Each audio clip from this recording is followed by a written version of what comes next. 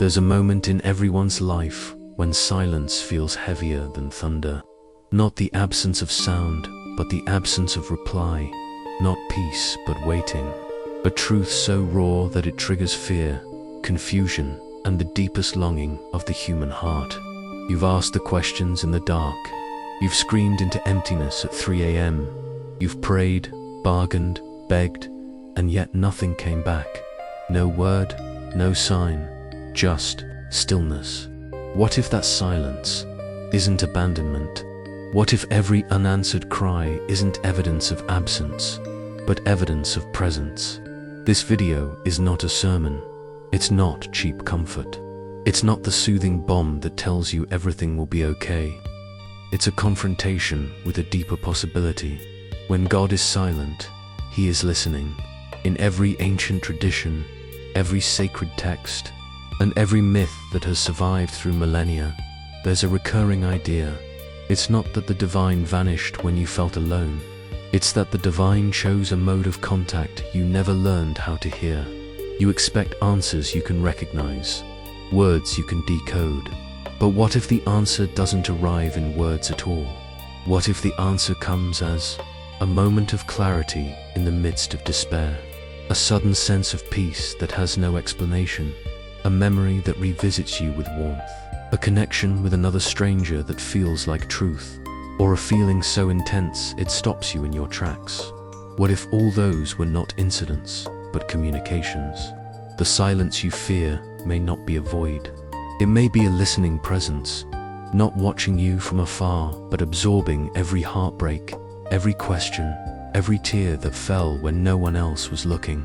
Baruch Spinoza once said that God is not a being outside of existence, observing from a distance. He suggested something far more radical. God is the very substance of what exists, not above you, but through you, not judging you, but passing through every atom of your experience. If God is the foundation of reality, then silence isn't absence. It's the ground where the divine presence and human pain intersect. The silence is not indifference. It is listening without interruption. In the book of Psalms, we hear cries that sound eerily modern. My God, why have you forsaken me? Out of the depths I cry to you, O Lord. Hear my voice when I call, O God. These are not prayers asking for answers. They are expressions of faith in the act of questioning. They assume the divine is there, not responding, but receiving, not replying, but absorbing the human condition as it is. Have you noticed how, in moments of silence, your thoughts become louder? Not louder as noise, but louder as truth. Your fear speaks, your longing speaks, your confusion speaks, your guilt, your joy, your unanswered questions, all speak. And what if that is precisely the divine listening to you? If you believe in a God who speaks only in thunder, then silence feels like desertion. But if God speaks in the language of presence, then silence becomes the deepest kind of attentiveness. A philosopher like Spinoza would remind you that God is not watching you react to adversity. He is being the law of existence that makes adversity and your response part of a seamless whole. Nothing is outside of the divine presence, including your suffering. So, your unanswered prayers might not be ignored. They might be held in the soil of the world, held in the echo of your breath, held in the hidden chambers of your heart. And being held, rather than answered, is a very different kind of engagement. Now, ask yourself, when you felt abandoned, were you actually ignored? Or were you being heard in a way too deep to be understood as speech? Because silence is not absence. Silence is reception. Silence is the divine listening to you in a way that no human ever could. And this is where true reflection begins. If God is not the voice that answers you, but the presence that listens to you, then every moment of pain, doubt, and longing becomes a sacred conversation, not spoken out loud, but spoken into being. So let the silence not terrify you. Let it tell you something, that in every moment you felt unseen, unheard, forgotten, You were actually being listened to more deeply than any word could ever express. And now the real question arises. Can you let silence be the place where God speaks to your soul? Not with answers, but with presence. The answer is not a sentence. It's the transformation of how you hear existence itself. And that transformation begins right now. Silence becomes unbearable, not because it is empty, but because the human mind is addicted to answers. From the moment you learn to speak, you were taught that meaning arrives in sentences, that truth explains itself, that love proves itself through reassurance, that authority responds. So when God remains silent, the mind panics. It doesn't interpret silence as depth. It interprets it as rejection. You begin to assume the worst. You tell yourself a story. He didn't hear me. He doesn't care. I'm alone in this. But notice something crucial. This interpretation says more about you than about God. Because silence only feels cruel to those who believe. Meaning must always be verbal. And that belief is a very human limitation. Think about the moments that changed you the most. The death of someone you loved. A realization that shattered who you thought you were. A decision that altered the direction of your life forever. Did those moments arrive with explanations? Or did they arrive wordlessly, heavy, undeniable, irreversible? Life itself does not explain, it reveals. And if God is not separate from life, then God does not operate like a speaker at a podium. He operates like gravity, like time, like consequence, like truth unfolding slowly, often painfully, without commentary. The Psalms are full of people demanding answers and rarely receiving them. Instead, they receive something more unsettling, presence without explanation.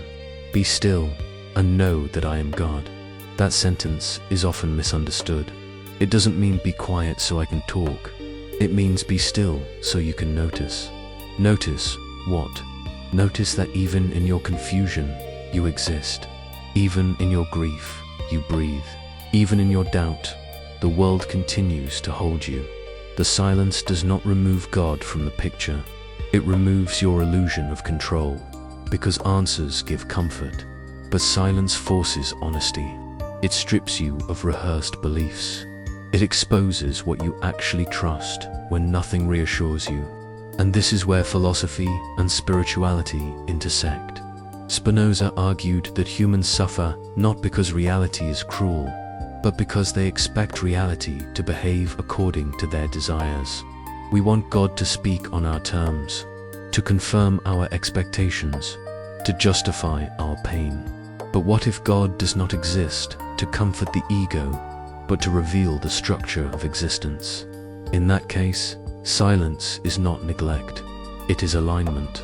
The universe does not pause to explain itself to you, yet it sustains you anyway. So ask yourself honestly, when you wanted God to speak, were you seeking truth or reassurance? Were you open to transformation or only to relief? Silence is unbearable to those who want answers without change. But to those willing to be reshaped, silence becomes instruction. Because when nothing answers you, you are forced to listen to what remains. Your values, your fears, your attachments, your assumptions about who you are and what you deserve. And in that listening, something subtle happens. You begin to realize that the silence was never empty. It was filled with you. Your raw thoughts, your unfiltered questions, your unguarded self. And if God is present within the fabric of existence itself, then God was not absent during your silence. He was witnessing the most honest version of you you've ever been.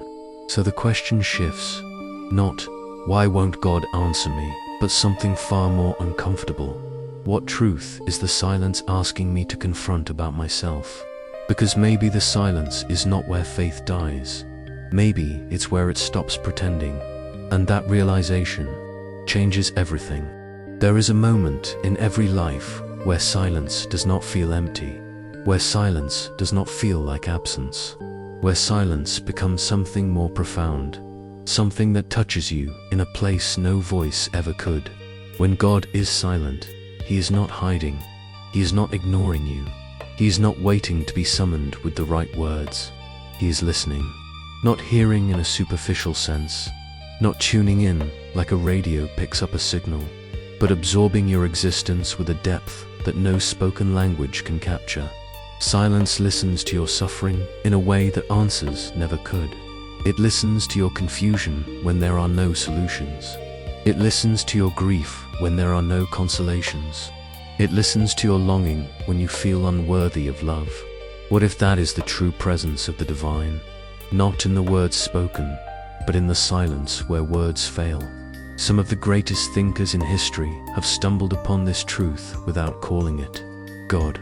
Carl Jung said that the deepest truths in the human psyche aren't found in narratives. They are found in the quiet places between thoughts, where the ego dissolves and something larger begins to emerge.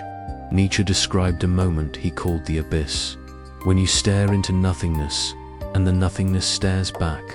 Most people fear that moment. But what if that moment is not fear itself, but acknowledgement? Spinoza spoke of reality not as a judge waiting to punish or reward, but as a structure of necessity, an infinite unfolding of existence. If God is that structure, then silence is not absence, but continuity, because structure doesn't speak. Structure is. And when you feel silence as abandonment, perhaps you are feeling something deeper. You are feeling the intimacy of pure presence. Have you ever tried listening to your own breath, not as a signal of life, but as a place where existence and awareness overlap? No words, no explanations, just presence. That's the silence that holds you. Your questions have been whispered into that silence. Your pain has been poured into that stillness. Your longing has been cradled in that quiet. Silence doesn't respond with language, it responds with being. And being is far more radical than any answer. When nothing answers you, when no sign appears, when no consolation arrives, that is not emptiness. That is attention without interruption. That is presence without judgment. That is listening without reaction. The ancient Psalms spoke about this mystery without fully naming it. My soul waits in silence for you. My hope is in you. Notice what is assumed in these words. Not that God will speak, not that God will rescue, not that God will explain, but that God exists precisely in the waiting, not beyond it, because waiting in silence is not a passive state. It is a place where transformation begins. Because when you are not distracted by sound, when you are not soothed by explanation, when you are not comforted by certainty, you are forced to confront what is always true. You are living, you are present, you are aware, and that awareness is not something that God gave you. It is something that God is in you, not outside, not above, not distant, but intertwined with your experience. So the silence you felt was not the absence of God, it was the presence of listening before responding. And now the question becomes, when you sit with your silence long enough, what will you hear? Not with your ears, but with your being, because silence does not answer. Silence reveals. And that revelation, however uncomfortable, is the doorway to a presence that no spoken word could ever convey. When you first realized that silence was not absence, a shift occurred. Not sudden and not spectacular, but deep, like a stone sinking into still water, a ripple without noise, a presence that doesn't announce itself with fireworks or thunder. This is the paradox of the divine. It is quiet, not because it has nothing to say, but because it speaks in the language of being rather than words. Think about your most vivid memories, not what was said, but what was felt. The hum of a room, the warmth of a touch, the stillness after a storm. You don't remember statements, you remember presence. This is the heartbeat of silence.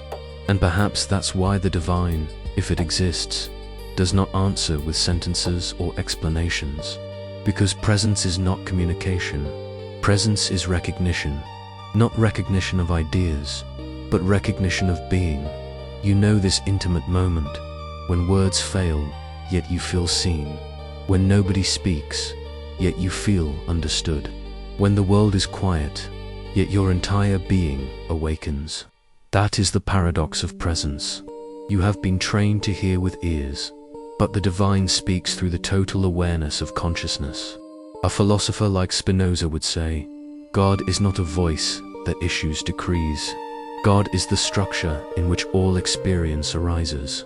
So when silence comes and your questions hang in the air, that silence is not a breakdown of meaning. It is meaning without language. It is presence without explanation. It is the divine not as judge, but as participant, not observing from outside, but engaging you from within.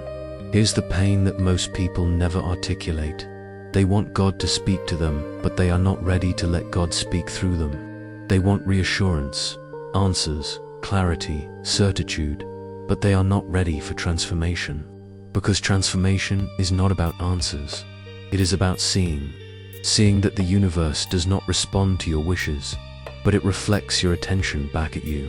When God is silent, He is listening to your entire existence, not just your words, your breath, your hesitation, your longing, your guilt, your courage, your resistance. Silence is not an empty space. It is a mirror, and mirrors don't lie. They simply reveal. You may not like what you see. You may resist your own reflection. You may turn away in fear, but the mirror does not change. It only shows. This is why silence feels so heavy. Not because something is missing, but because you are meeting yourself in a way you never have before. Not as an idea, not as a role, not as a belief, but as a being who exists without explanation. And that encounter is terrifying. Terrifying because it strips away comfort, strips away assumption, strips away reliance on external validation. When God is silent, He is not asking you to receive an answer. He is asking you to be present, to meet your own existence without distraction, without interpretation, without avoidance. And in that presence, something profound happens. You begin to stop asking, "Why won't God answer me?"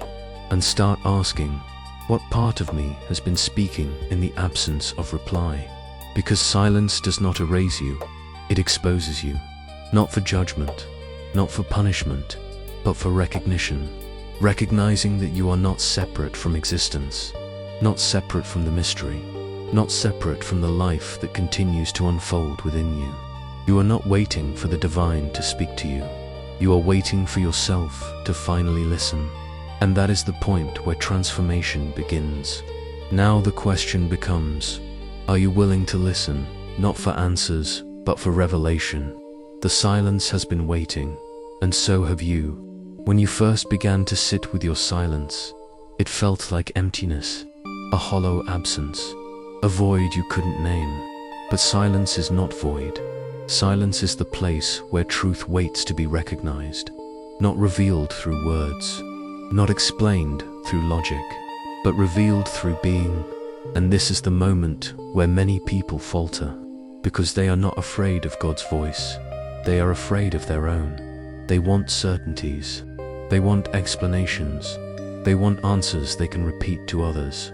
But what silence offers is something far more intimate, far more demanding, far more transformative. It offers awareness, not awareness of ideas, not awareness of doctrines, but awareness of who you are in the deepest sense, before your fears, before your expectations, before your self-image, your stories, your roles. When God is truly listened to, not as a distant answerer of prayers, but as the essence of your existence, your entire inner landscape shifts. Your fear becomes recognition. Your longing becomes purpose. Your confusion becomes direction. Your resistance becomes clarity. The silence that once terrified you becomes the first sound of awakening. Because presence is not noise. Presence is not interruption. Presence is understanding without explanation. And this understanding does not require you to believe. It requires you to witness the truth beneath your confusion, to watch the reflection of your own existence in the stillness of being, to feel what it means to live without the frantic need for reassurance. Think back.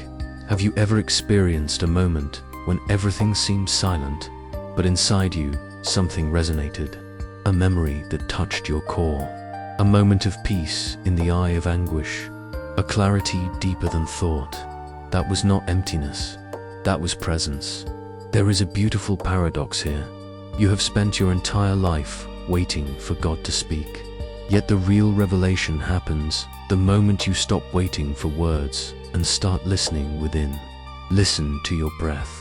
Listen to your absence of thought. Listen to your unguarded self, because that silence isn't blank. It's not empty. It's the foundation beneath all experience.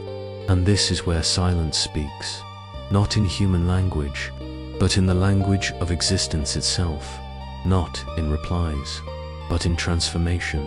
When God is silent, He is listening not to your questions, but to your being. You are not waiting for a voice above you.